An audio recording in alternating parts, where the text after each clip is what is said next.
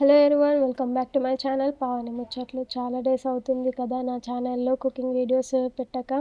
ఈ వీడియోలో చాలా క్విక్గా టేస్టీగా చికెన్ ఫ్రాంకీ చేసేసుకుందాం, వచ్చేయండి.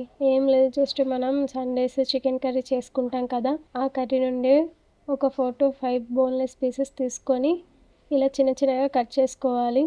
తర్వాత ఒక ప్యాన్ పెట్టుకొని అందులో లైట్గా ఆయిల్ వేసుకొని, ఆయిల్ హీట్ అయిన తర్వాత కట్ చేసుకున్న చికెన్ పీసెస్ వేసుకోండి. మనం ఆల్రెడీ కర్రీ చేసిన పీసెసే కాబట్టి కొంచెం సాల్ట్, చిల్లీ పౌడర్, ధనియా పౌడర్ వేసుకొని కలుపుకోవాలి. అంతే, మన చికెన్ రెడీ అయిపోతుంది. ఫ్రాంకీ అన్నం కాబట్టి ఫస్ట్ మనం నార్మల్గా ఆమ్లెట్ ఎలా వేసుకుంటామో అలా ఒక ఆమ్లెట్ వేసుకొని దానిపైన ఒక చపాతీ పెట్టాలి. వన్ సైడ్ ఆమ్లెట్ కుక్ అయిన తర్వాత ఫ్లిప్ చేసుకోవాలి. మనం ఆమ్లెట్ వేసిన సైడ్ ముందే రెడీ చేసుకున్న చికెన్, ఆనియన్ వేసుకోవాలి. మీకు ఇంకా ఏమైనా యాడ్ చేసుకోవాలనిపిస్తే యాడ్ చేసుకోవచ్చు, like ketchup, mayonnaise, chilli sauce, tomato sauce.